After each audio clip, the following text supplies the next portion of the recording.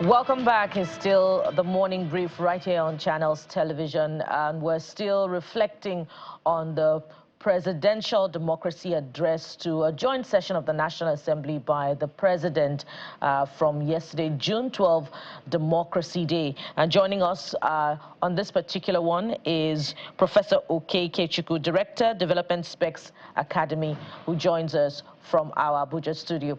Good morning, Prof, and thank you so much for joining us on the program. Good morning, thank you. And so there's so much to talk about from the president's speech. Either it's the granting of presidential pardon to the Ogoni Nine, his, self-assessment of his reforms in the last 2 years, and his call for the preservation of Democracy Day, and his disowning, which is the big talking point, by the way, of attempts at making Nigeria a one-party state, and saying confidently that he in fact would derive pleasure from the disarray of the opposition party, and saying he has at no time tried to interfere in the registration of political parties. From your standpoint, to all the elements in the president's speech yesterday, how much of statesmanship did you see, and what in it do you agree with the opposition that some were just for the optics? Well, let me start from the most critical, or rather most volatile issue on the table. Kola just left your studios. He's still on the same matter of, disorganizing the opposition. You see, when a vehicle is going downhill, you don't need to push it. So if you touch it, they will say, oh, you're the one who pushed it downhill. But a vehicle that's going downhill does not need to be pushed. Point number one. I'll relate it to the PDP. Point number two, if you see a building that is collapsing on its own, you don't go inside it to take shelter. So going to the question of the vehicle, I think the party, the concern of PDP in particular is understandable, but PDP must also ask itself some questions. What is the position of PDP NEC on any issue at all? When you put that position on the table, you ask yourself, are there people within the party speaking in the public domain, contesting the position of NEC? The answer is yes. If you go to ask PDP today, who is your party secretary? You will not get one answer. If you also ask the party, what is it that's holding you together, that's open to question. So it's okay to come out and speak of being determined. The PDP must wake up to the fact that as a platform, as a political platform, as a leadership recruitment platform, it is losing everything it needs to be a meaningful opposition. And is addressing current issues without looking back. And I'll take us back a little. Recall that in 2019, Atiku was the candidate of the party. One of the other candidates was Aminu Tambuwal. Both of them had just returned to the party after defecting. They didn't get what they wanted, they came back. Many of the people in the party were not happy. Many of them, like Sule Lamido, even McCarthy, who was party chairman, Ekweremadu, all of them had strong political ambitions. Atiku came in, then considered an outsider and got the ticket. Not only did he get the ticket, there was controversy over who would be Atiku's deputy. It was given to Peter Obi. Ekweremadu was angry about that. Southeast people came and gave a public address. In fact, they addressed the press on the matter with Dave Umahi as the spokesperson, that they don't know, they didn't propose Peter. He's not the candidate of the Southeast. Now, that's the vice president of your party. That's your presidential candidate. That's the presidential candidate of your party. You rejected his vice. On top of all of that, internal wranglings continued, and then the PDP thought it was going to solve the problem by making McCarthy, Lamido, and Ekweremadu technical advisors to the PDP presidential campaign at the time. There couldn't have been any greater insult to those people, particularly Lamido and McCarthy. Lamido is one of these. If you want to discuss the history of the PDP or serious politicking in Nigeria, and don't bring in Lamido's name, Sule Lamido, you're not serious. It was insulting. Of course, they all ignored it. It was obvious the party was going to lose that election because for most stakeholders, those old, if you like, elder statesmen of the party, if there's such a thing, They were saying to themselves and those who are close to them, Atiku has got the ticket. Let him go and become president. Let us see. That's why you saw that they lost spectacularly where it was expected, because nobody was there to warehouse anything for them. And you see, the mistake got carried further. In the next election, what happened? Atiku was, in the primaries, Atiku was there, Wike was there, Tambuwal was there again. Tambuwal got up and stepped down for Atiku. Not only did he step down, he made a speech. So with his speech, with his candidate, his votes, and that of Atiku, they were able to beat Wike. But if you look at the vote Wike got at that election, at those primaries, you know that Wike was one billed to take the presidential ticket. But there's a snag there nobody's paying attention to, which is part of the crisis of the PDP today. Number one, after getting the ticket, what did Atiku do? He made Tambuwal chairman or whatever of the campaign. What do you think Wike's people will be feeling? You've made the man they're angry with chair of the campaign. If you wanted Wike and Tambuwal to be chair of the campaign, you could have made Emeka Ihedioha had the chair. Emeka is just like Tambuwal. So that lack of strategic calculation entered the thing and has been there. And Wike, nobody knows it. Recall that I was part of Tambuwal's campaign in 2019, not the more current one. Strategic Communication Directorate and headship of that campaign. And I can tell you that there was nobody in the Federal Republic of Nigeria or outside it who was behind that campaign if you took away the muzzle, commitment and friendship and goodwill of Nyesom Wike. Only Wike, and the view then was, because, look, when you're in a campaign, you know the structure of that campaign.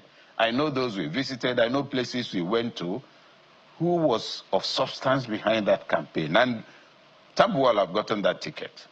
But at the last minute, he lost the ticket due to another conspiracy. You know, we had gone to, but I will spare the details, I may mention it later. But the point being then that the PDP, a very robust party, a party which during the days of Obasanjo, Audu Ogbe, and even Atiku, ran campaigns that were impressive.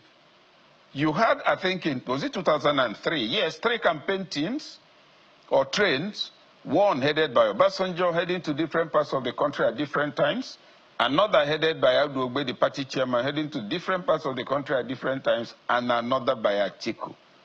Today, it has shrunk into a whimpering collection of confounded, if you like, men and women who are pretending that they have a political party. What else does the PDP do today other than talk about its quarrels? Well, occasionally it makes press releases attacking APC, thinking that that is political opposition.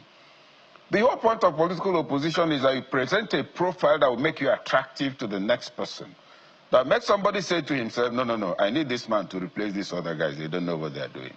Please tell me what makes PDP attractive today. Internally, it is totally it is in total disarray. But we've been told in confidence that it was the APC destabilizing the party.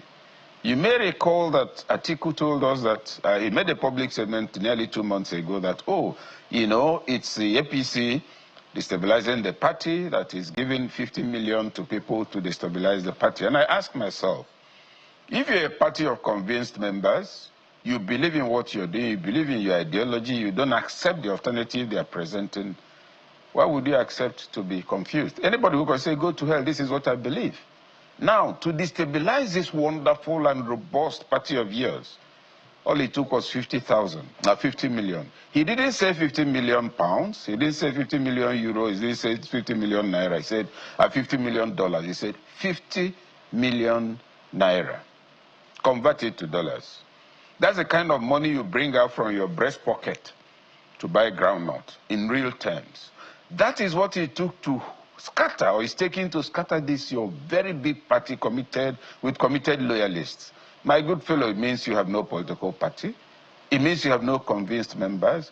It means that you're probably not even a town union, an age grade association, if that's what it will take to destabilize you. And you look at the party, it's not garnering anything because, look, take what is going on there now. Just look at it more closely. Please tell me the young people you see in the PDP. Look at those who have been around their candidate in the last 10 years. Tell me any new entrants into that collection. So there are so many internal issues people are angry about, but they won't say the party. Prof, just a moment, Prof. Very grim pictures you painted. Like, I'm almost tempted to ask whether the party is redeemable. The reason why we stay on the opposition is because if we want to practice proper democracy, we need a viable opposition. The APC gave us quality opposition, and they found themselves in power. Absolutely. The PDP is struggling, has been struggling from the outset. So, two questions in one, so that we can pack within the short time we have. Are they redeemable? That's on one hand. On the other hand, a man who nobody can deny his contribution to the PDP, Nyesom Wike, is a dramatist person in this particular conflict at the moment. But the challenge in my head is that Wike is sending conflicting signals. I want you to speak to that conflicting signal. What I mean is, I'll support the president, coalition will fail, this president will be re-elected. On the other hand, field a candidate from the South. So clearly he's not going to support whatever the PDP produces. It sounds to me like that. So what do you make of these conflicting signals? Okay, first of all, the question is whether the PDP is redeemable. Yes, it is redeemable in terms of, because to say it's not redeemable is that you no longer hear of it. You will hear of the PDP, but it will not amount to any anything of political stature at all. And you need to understand that. So in the next election, it will participate, but it will not contest. It sounds contradictory. You are taking part in an event, but your preparation is such that we know that you're going to get there and get worsted and beaten thoroughly and carried out on a stretcher. So it will exist, or except a dramatic reconfiguration occurs within that party, with clear attention to the need to modify the optics of people you see in the party. And dispositionally, those who are in charge of PDP today are more interested in who to exclude than who to bring in. So if people are defecting, are you sure it's not because they can't find seats, they can't find conversations? The neck of a party will meet and not be able to take a decision, or take a decision that members violate and still say that is a party. So, question of redeemability, the question is, if it exists as a party today, what has been its activity at the level of ensuring party cohesion, organizing down the line, meeting at the national level, and giving the impression of a robust, like you said, APC gave a robust opposition. That's what we expect from PDP, so that APC will be on its toes. Now, coming to Nyesom Wike, I don't see any conflicting signals from Wike. Wike's signals are always clear. You can say that they are very strong and annoying to some people who don't like him. That is correct. But to speak of unclear signals, so we should ask questions. The people who should ask questions are those who say they are quarreling with him. We have a political party. A man is seen to have carried out anti-party activities, helped a government to come in, is working in that government and for that government, and we say he's still a member of our party, and he's still influencing what's in our party. My good fellow, Wike, whether you like him or not, you must ask yourself, is this man a fool? The answer is no. Does he know what he's doing? Maybe. Can you, disregard him? The answer is no. It's the PDP that should be embarrassed that Wike is still a member, given all that he's done and all that he's doing. It's also the PDP that should be embarrassed that he's not been able to manage such a man. Because Wike would be a political asset to anybody he works for. For those he's working now, he's a political asset. But to allow him to bestride both lanes and be doing 160 kilometers per hour, it shows there's nobody controlling the traffic. The PDP is making, with all due respect to the efforts, to the distinguished people in that party, is making itself look more and more ridiculous, not every day, but every hour as the next hour comes. They should stop kidding themselves. It's one thing to call yourself a name, it's one thing to be what you are, what you claim to be. The PDP is not a political opposition, it's not the opposition.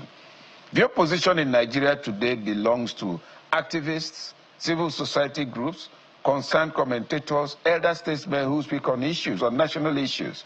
Because, look, and I go back to this example, the state of emergency was declared, the party leaders, all the big parties came together and gave a press conference asking Nigerians to rise and reject the state of emergency. Fantastic.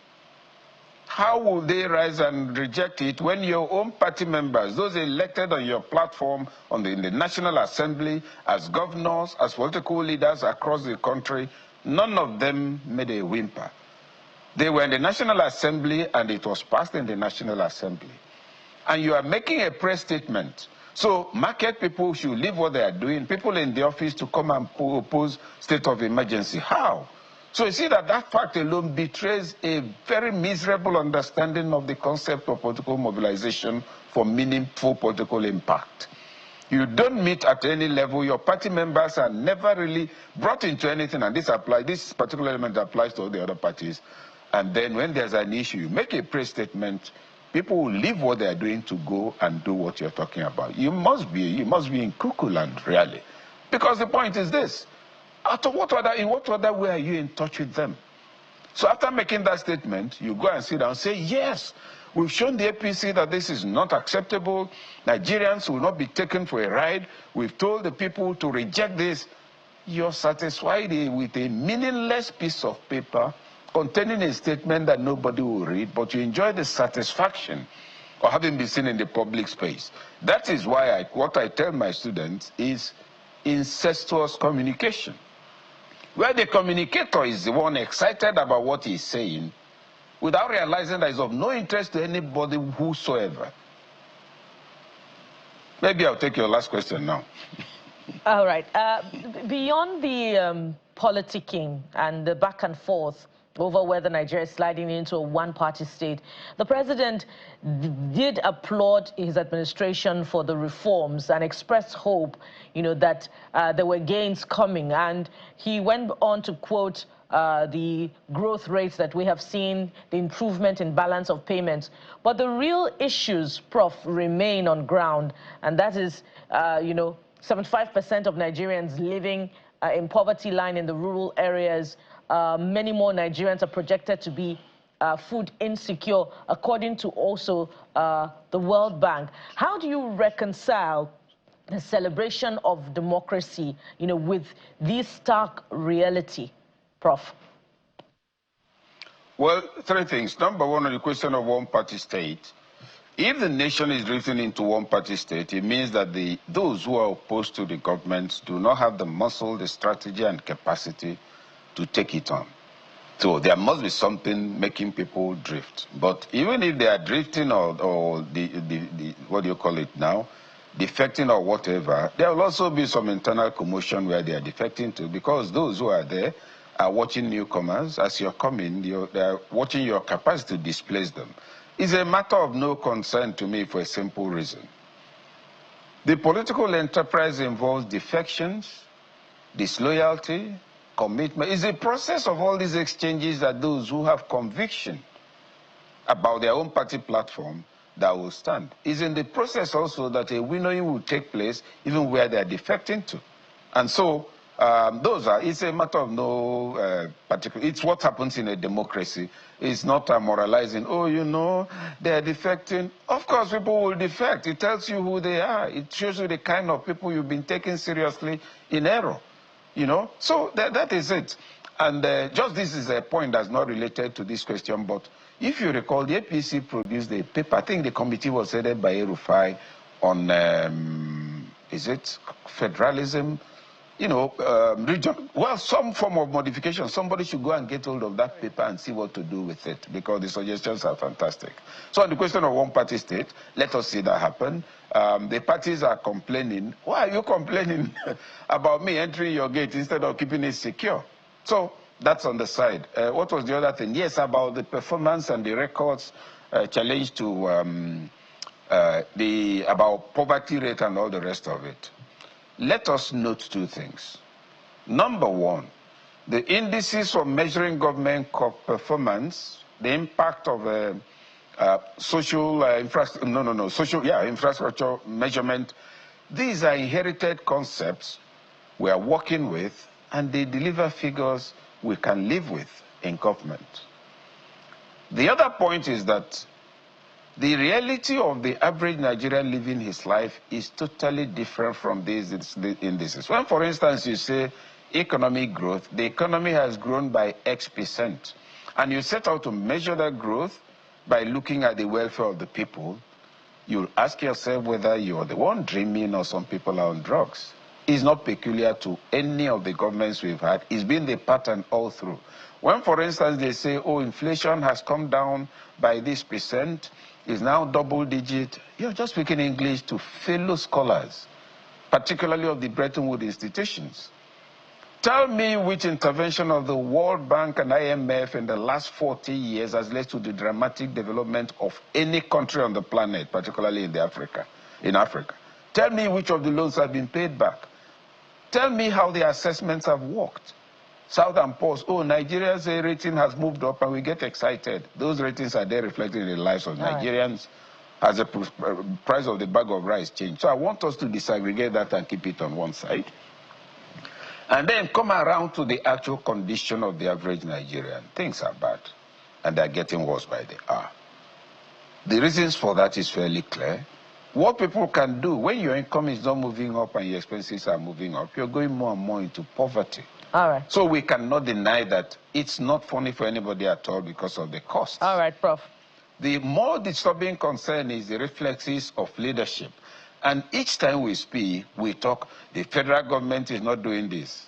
My dear sister and fellow Nigerians, yeah. Do we have governors? And do we that have may be... local government chairmen? What is it they are doing? A local government chairman gets 120 million a month. All right, Prof, we must end this now. And that would be the most important part of the conversation. Pardon me, we're totally out of time on this particular segment. We've been talking with Professor Okey Ikechukwu, Director, Development Specs Academy. Thank you so much, sir, for coming through on this particular one. And there's more to come as far as our reflections on the Democracy Day address is concerned. This time we'll take a trip yet again down memory lane, looking at the actual actors in the struggle for the actualization of our democracy now. So who was supposed to be on the list that was not? Stay with us for this next leg. We'll be right back.